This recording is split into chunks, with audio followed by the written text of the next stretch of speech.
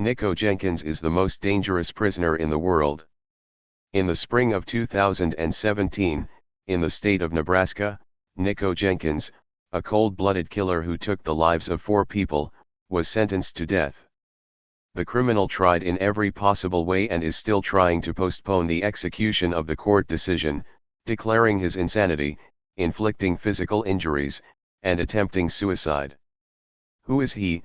How and why did this happen? Today we will find out whether it is true that Nikko Jenkins is mentally ill, how many of them and why did he kill, and also how many years will he have to serve in prison? A panel of 3 judges sentenced 30-year-old Nebraska resident Nikko Jenkins to the death penalty. A man who brutally murdered 4 people said he was sacrificing people on the orders of the Egyptian snake god. Jenkins committed the murder in August 2013. The first of them just 11 days after his release from prison, where he was serving a sentence for car theft. They managed to detain him almost immediately, but for a long time experts could not understand whether Nikko Jenkins, who suffers from schizophrenia and possibly bipolar disorder, could be responsible for his actions. However, in the end, psychiatrists came to the conclusion that the man was able to distinguish right from wrong. He planned each of his murders and carefully prepared for them. The prison administration, where Nikko spent several years awaiting sentencing, described him as an absolute psychopath. It is noted that the man deliberately disfigured his body, covering his face with scars and tattoos. Specifically, he carved the number 6-6-6 into his forehead. In addition, he cut his own tongue and penis to give them, according to him, a resemblance to a snake's tongue. But let's take things in order. Nikko was born on September 16, 1986 in Colorado. His parents Lori Jenkins and David Maggie did not raise children. On the contrary, their offspring were subject to domestic violence, and any mistake was followed by physical punishment. Most of the boy's relatives served time in prison. Nikko himself first came to the attention of law enforcement agencies when he was 7 years old. The child got a gun somewhere and brought it to school. On that day, none of the classmates were injured. The school administration seized the weapon and transferred it to the police. Jenkins was diagnosed with a mental disorder at the age of 9. When the young man turned 11, he was kicked out of school. Nikko showed aggression towards his classmates and committed violent acts. From the age of 7 to 15, Jenkins was registered with the police. By the age of 13, he had several robberies on his record. During one of them, the young man was armed with a knife. For the robbery committed, the court sentenced Jenkins to 21 years in prison. He served 10.5 years. Over the years, Nikko has not been an exemplary convict. In 2006, the criminal took part in a prisoner riot. When Jenkins was released to attend his grandmother's funeral, he attempted to attack a security guard. Despite all his exploits, Nikko was released from prison in July 2013. He blamed American legislation for putting him out on the streets. After all, without qualified help, he will not be able to cope with the demons that live in his head. After being released from prison, Jenkins killed and robbed 4 people within 10 days. The first crime was committed after less than 2 weeks of being at large. The chronology of the victim and the circumstances under which the murders were committed. Around 5 a.m. on August 11, 2013, a patrolman discovered 2 bodies in a white Ford pickup truck parked near the city pool. The 2 victims were shot in the head and had their pockets turned inside out. Lured there thinking they could have sexual relations with 2 women, an accidental double murder began Jenkins' spree less than 2 weeks after his release from prison on July 30. On August 15, around 7 a.m., the body of Curtis Bradford was discovered near a detached garage at 18th and Clark Streets. The man was returning home from a night shift at the convenience store when investigators arrived and found 2 bullet wounds in Bradford's back.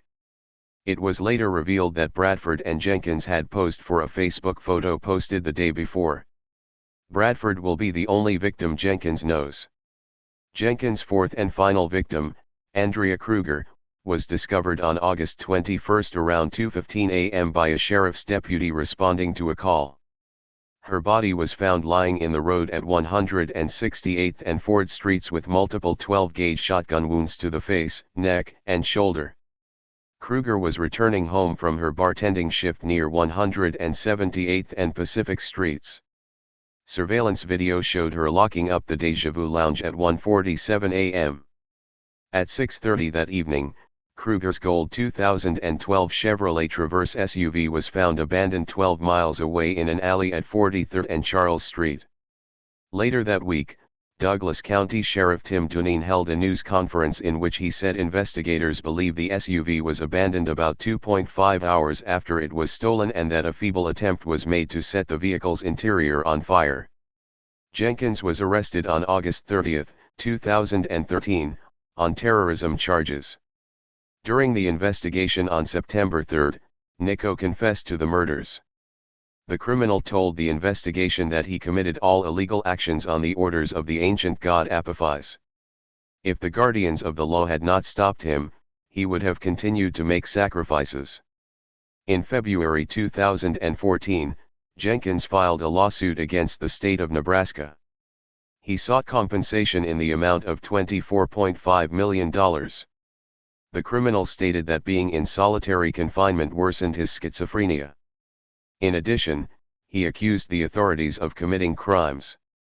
Allegedly, during his previous prison sentence, he repeatedly said that he heard voices, but no one paid attention to it. Jenkins demanded that he be declared insane and sent for treatment to a psychiatric clinic. The judge ordered an examination during which it turned out that Nikko was feigning mental illness, if he suffered from an antisocial disorder, ignoring and violating the rights of other people. After Jenkins was declared healthy, a trial took place. At the trial, the criminal, under the guidance of lawyer consultants, independently represented himself. When prosecutors recounted to the judges the details of the murders committed by Nikko, he laughed loudly, howled, shouted words in strange languages.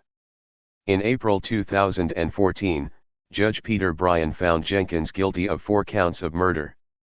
The verdict was supposed to be announced in August 2014. The judge wanted to make sure that the criminal understood what was going on and whether Nikko realized that he was facing the death penalty. The regional psychiatric hospital could not ensure the safety of other patients, so it did not risk accepting the killer, but agreed to treat the patient in prison. In May 2017, Jenkins was sentenced to 450 years in prison and the death penalty too. To prove his insanity, Nikko cut his tongue into 2 parts. When this did not help, he tried to cut off the male reproductive organ. In the spring of 2020, the killer filed an appeal, but the U.S. Supreme Court did not accept it for consideration. Some interesting facts about the hero, or rather the villain, of our story. A resident of the city of Lubbock, which is still in the state of Texas, started an affair with a murderer sentenced to death and plans to marry him. The Daily Mail reports this. Dwayne Arguello, 46, fell in love with Jenkins while volunteering with a prison advocacy group. Dwayne believes that he is not what the media shows him to be and calls him a very sensitive and intelligent person. How they imagine this is unknown. Whether there will be a wedding ceremony or a dinner, no one knows. People doubt that they will be allowed to see each other at all, in case something happens to their beloved. Arguello was also upset when Jenkins tattooed her name on his face.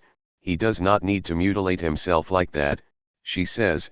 She is showing increased interest in life in prison, interested in thematic books, films, and television programs. What would you do if you were a judge? How many years would you give Nick, and whether the authorities are doing the right thing in not believing his attempt to admit his insanity? It will be interesting to read about this in the comments.